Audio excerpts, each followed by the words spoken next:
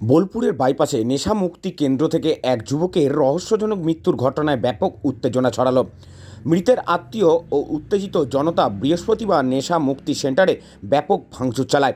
সেই খবর পেয়ে ঘটনাস্থলে আসে বোলপুর থানার পুলিশ।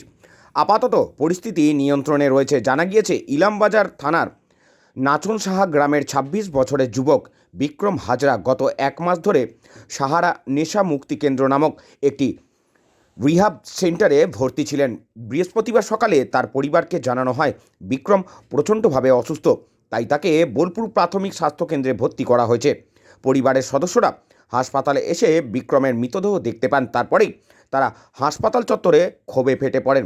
তাদের অভিযোগ, নেশা মুক্তি কেন্দ্রেই তাদের বাড়ির ছেলেকে পিটিয়ে মেরে ফেলা হয়েছে।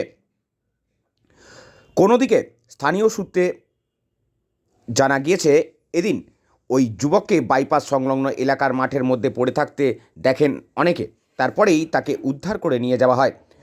বোলপুর সহ সর্বত্রই ব্যাঙের ছাতার মতো আনাচে কানাচে গজিয়ে উঠেছে নেশা মুক্তি কেন্দ্র। আমরা কথা বলেছিলাম বাড়ির পরিবারের সঙ্গে। কি বলছেন বাবা, শোনাবো আপনাদের। 1 বছর ছেড়ে দেয়নি, 1 বছরের কমপ্লিট হয়েছে। 1 বছর ধরে নেশা করছে না। কি হয়েছে?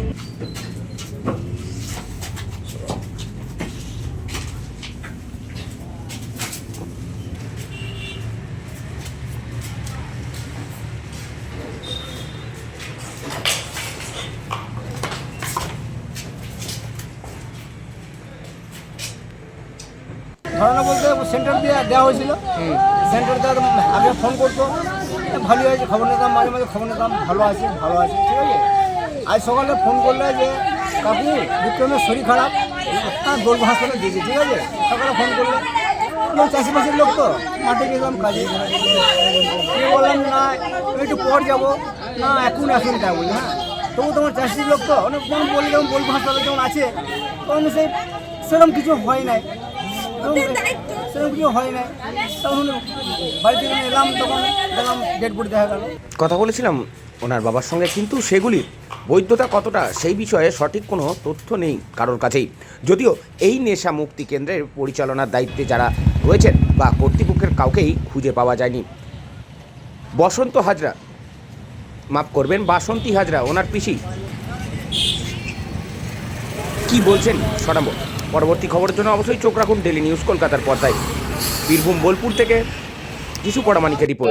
আমাদের শাস্তি চাই। কার শাস্তি চাই? ওই যে সেন্টারে যে লোক আছে, মালিক যাই হোক, তাদের শাস্তি। ওটা নেশা মুক্তি সেন্টার। আমার ছেলে নেশা করতো, আমার ছেলেকে ভালো করার জন্য দেয়া হয়েছে। ওরা দায়িত্ব নিয়েছিল যে ভালো করব, তাহলে আজকে কেন ভালো করতে যে কেন মৃত্যু সংবাদ দিল? এটা বেরোলো কি করে? মারধর করতো নাকি? ওই তো মেরেছে, এইগুলো ফুলিয়ে দিয়েছে, গুজি মেরেছে। আমার একটাই ছেলে গো, আমাদের একটাই ছেলে। করতো কি আপনাকে বলেছিল? না, ও কিছু বলে নাই। আমরা ফোন করতাম, বলছে ভালো আছে, ঠিক আছে। আমরা খাবার নিয়ে যেতাম, খাবার দিত না।